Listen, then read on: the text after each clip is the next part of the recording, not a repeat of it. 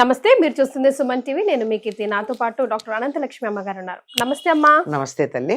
అమ్మ, అక్షయ తృతీయ వస్తుంది. అవునమ్మా. మరి ఈ సంవత్సరం అక్షయ తృతీయ రోజు మేమంతా ఏం చేయాలి? లక్షకి చేరుకుంది ఈ రోజు. మనం ఈ వీడియో చేస్తున్న టైంకి బంగారం, మాకు తెలిసి అక్షయ తృతీయ అంటే షాపులో పొలోమని పోవడం, బంగారం కొనుక్కొని తెచ్చుకోవడం. మీరు ఎప్పుడైనా కొన్నారమ్మా? No, you don't. కొనలేదు. మీకు అలాంటి సెంటిమెంట్స్, పాయింట్మెంట్స్ ఏమీ లేవు? కాదమ్మా, అసలు అక్షయ తృతీయ నాడు బంగారం కొనమని ఏ శాస్త్రంలో ఉంది? ఏమో, నలుగురితో నారాయణ మేము కూడా అంతే. ఎందుకంటే శాస్త్రంలో లేని దాని జోలికి వెళ్ళవలసిన అవసరం లేదు. బంగారం కొనాలి అంటే అక్షయ తృతీయ ఎందుకు, ఎప్పుడైనా కొనొచ్చు. మనకి ఎప్పుడు కావాలంటే అప్పుడు కొనుక్కోవచ్చు. ఊరికే కొనుక్కుని బీరువాల్లో పెట్టుకుని లాకర్లు నింపుకుని ఏమైందో రేపు పొద్దున లాకర్లు ఏమవుతాయో అని ఇక్కడ టెన్షన్ పడే బదులు లాకర్లను కూడా సేఫ్ కాదనేటటువంటి పరిస్థితి వచ్చింది కదా. దాని బదులు మనకి ఎంత కావాలో అంత ఇప్పుడు కావాలంటే అప్పుడు తీసుకుంటాం. ఎక్కడ మా రెక్కలు, దానికి మామూలు రెక్కలు వస్తున్నాయా? రోజు రోజుకి రెక్కలు వచ్చేసాయమ్మా. అవసరానికి పడుంటది కదా అని అంతంత జమ చేసుకునే వాళ్ళు కూడా ఉంటారు కదమ్మా. పిల్లల పెళ్లిళ్ళు అవి గట్రకి పనికొస్తాయని. అవసరానికి ఎంత కావాలో అంత ఎప్పుడు వస్తుందమ్మా. అంతేగాని బోలెడు కావాలనుకునేటప్పటికే సమస్య. అత్యాసకు పోవద్దంటారు. అత్యాసలకు పోవడమే. నిజానికి అక్షయ తృతీయ నాడు బంగారం కొనమని చెప్పాల. మరి అక్షయ తృతీయ నాడు ఏం చేయమన్నారంటే గంగా స్నానం చేయమన్నారు. ఓ, గంగ మనకి ఎక్కడ దొరుకుతుంది? కానీ గంగాదేవికి ఎంత అనుగ్రహం అంటే మనం ఒక బకెట్ లోనో బిందెలోనో నీళ్లు తీసుకుని గంగే గంగే గంగే అని ఆవిడ సంబోధన ప్రథమ విభక్తిలో గంగే అని వస్తుంది. గంగే గంగే అంటూ 3 సార్లు చెయ్యిలా ప్రదక్షిణంగా తిప్పితే నీళ్లు కదులుతాయి కదా. అలా తిప్పగానే గంగా నది అందులో వచ్చి కూర్చుంటుంది. అంచేత హాయిగా దాంతో స్నానం చేసి ఇంట్లో లక్ష్మీనారాయణ పూజ చేసుకోమన్నారు. కొంతమంది త్రిలోచన గౌరీ పూజ చేస్తారు, అంటే శివుడు పార్వతి. ఇలా మీకు నచ్చినటువంటి దైవాన్ని పూజించుకోండి. ఆ రోజున వీలైతే ఏది చేసినా అక్షయంగా ఉంటుందని కదా చెప్పారు. కనుక అక్షయంగా ఉండేటటువంటి పనులు చెయ్యండి. ఏమిటది? ఫర్ ఎగ్జాంపుల్ తీపి పంచండి, విసిన కర్రలు ఇవ్వండి, ప్రపాదానం చెయ్యండి, తెల్లని నూలు వస్త్రాలు, గొడుగు, చెప్పులు దానం చేయమని చెప్పారు. వచ్చేటటువంటిది వేసవి కాలం కదా, అంచేత చెప్పులు దానం చెయ్యండి. ఆ చెప్పులు వేసుకుని నడుస్తూ ఉంటే ఎండ వేడిమి వల్ల నేల కాలి కాళ్ళు మండకుండా ఉన్నప్పుడు అబ్బా ఈ చెప్పుల వల్ల నాకు ఎంత సుఖం కలిగింది అని చెప్పులు వేసుకున్నవాడు అనుకుంటే ఆ సుఖానుభూతి చెప్పులు ఇచ్చిన మనకొచ్చి ఆ ఒక్కరోజు కాదు, దాని వల్ల వచ్చే పుణ్యఫలం అక్షయంగా ఉంటుంది. ఎంత తీసినా ఇంకా తరగకుండా అలా ఉండనే ఉంటుంది. అటువంటి దానాలు చెయ్యాలి. అక్షయంగా ఉంటుంది, ఏం చేసినా అక్షయంగా ఉంటుంది. విసిన కర్రలు ఇవ్వమన్నారు. వేసవి కాలం కదా, విసిన కర్రలు ఇస్తే విసురుకుంటారు.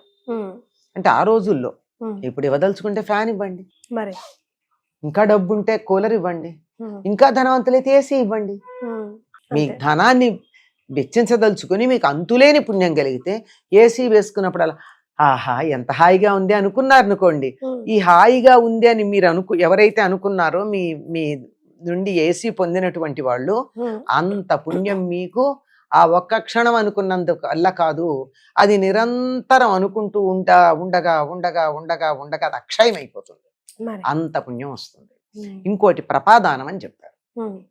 ప్రప అంటే చలివేంద్రం, ఉదకుంభదానం, నీళ్లు నిండినటువంటి కుండ. ఏం చెయ్యాలి?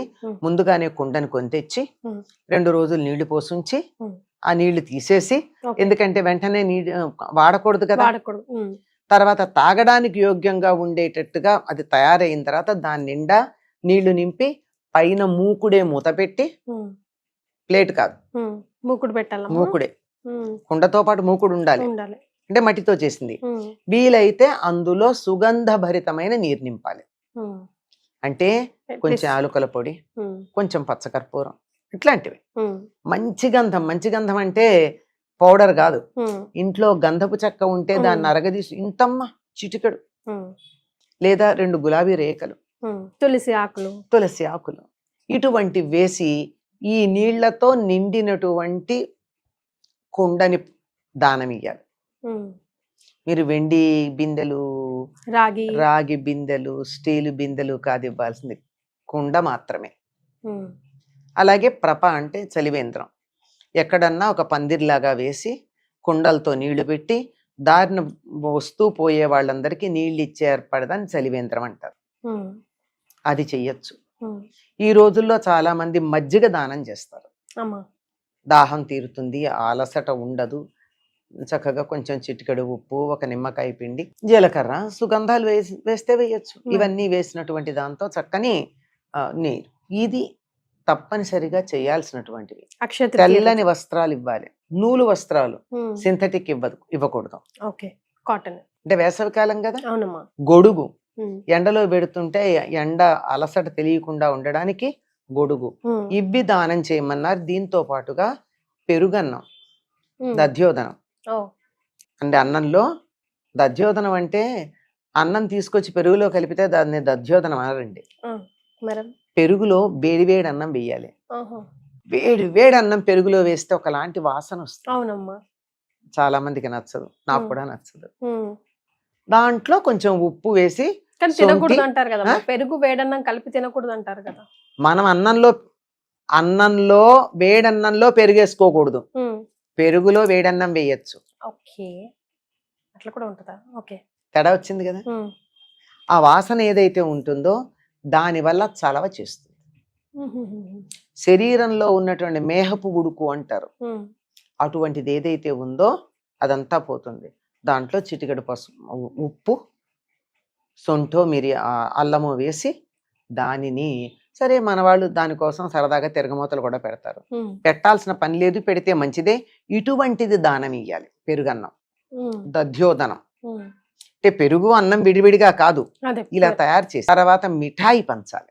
ఉహు, ఎందుకంటే వేసవి కాలంలో శరీరంలో ఉండేటటువంటి శక్తి అంతా కూడా చెమట రూపంలో పోతుంది. ఉమ్, అందువల్ల మిఠాయి పంచాలి. ఇవి తప్పనిసరిగా చేయవలసింది.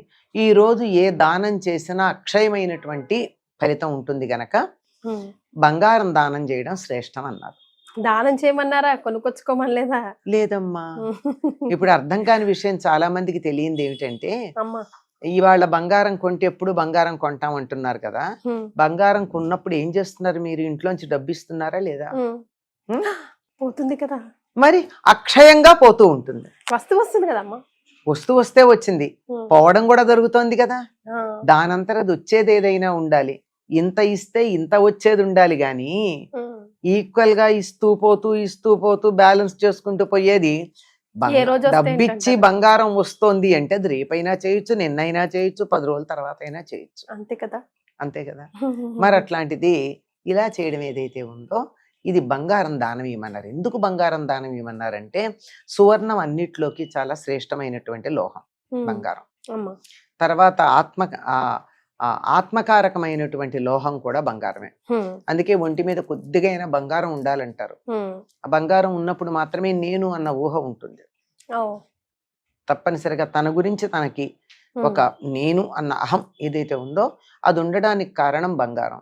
ఉమ్. కనుక అటువంటి బంగారాన్ని గనక దానం చేసినట్టయితే అటువంటి ఆత్మ ప్రశ్రయం, ఆత్మ గౌరవం, ఆత్మ విశ్వాసం, ఇప్పుడు కొత్త పదం అవుతుంది ఆత్మనిర్భరత, ఇలాంటివన్నీ మనకి రావటం జరుగుతుందండి. మన పురాణాల్లో ఎక్కడైనా అక్షయ తృతీయ గురించి ప్రస్తావన ఉందమ్మా? ఉన్నదమ్మా. ఈ రోజున చెప్పులును గొడుగు దానం చేసి దానికి సంబంధించి జమదగ్నికి సంబంధించినటువంటి ఇతివృత్తం ఒకటి ఉంది. ఓకే. ఈయన అభ్యాసం చేస్తూ ఉంటే రోజు బాణాలు వేస్తూ ఉంటాడు.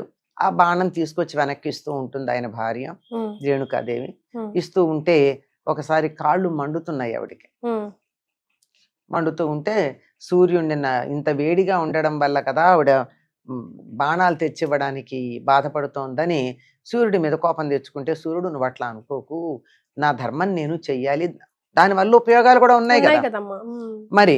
ఉమ్, అందుకని ఈ ఆతపాన్ని నుంచి రక్షించటానికి నీకు 2 ఇస్తున్నాను అని చెప్పి గొడుగు చెప్పులు ఇచ్చాడని చెప్తారు. ఓ. ఇంతకు మించి ప్రత్యేకంగా ఇలా చేసింది కాదు అని ఇలాంటివి ఏం లేవు. కానీ ఉత్తర దేశంలో మాత్రం ఒక కథ ఉంది. అమ్మా. ఒక ధర్మాత్ముడైనటువంటి కోమటి చాలా ధర్మ మార్గంలో ఉండేవాడు. గురువుల పట్ల భక్తి ఉండేది, అంతా బాగానే ఉంది. కానీ హానిగా ఉంది ఆయనకి. అంటే జీవితం గడవడం హ్యాండ్ టు మౌత్ అంటారు అట్లా ఉంది. ఎవరో చెప్తారు అక్షయ తృతీయ నాడు గనక ఇలా గంగా స్నానాధికాలు చేస్తే ఫలితం ఉంటుంది అంటే చాలా శ్రద్ధగా ముందురే ఆలోచన చేసుకుని మర్నాడు ఉదయమే గంగా స్నానానికి వెళ్ళి వచ్చి లక్ష్మీనారాయణ పూజ చేసి లడ్డూలు తయారు చేసి విసనకర్రలు లడ్డూలు చాలా మందికి దానం ఇచ్చాడు. ఓకే. అక్కడి నుంచి అతడికి ధనం ఎంత వచ్చిందంటే చెప్పలేనంత ధనం. అలా ధనం వస్తూనే ఉంది, దానాలు చేస్తూనే ఉన్నాడు, వస్తూనే ఉంది, దానాలు చేస్తూనే ఉన్నాడు. అసలు అతని ధనం తరగడం అన్నది లేదు.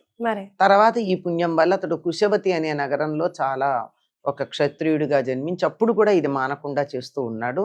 ఇది అందరూ ఇలా చేయడం శ్రేయస్కరం అని చెప్పడం జరిగింది.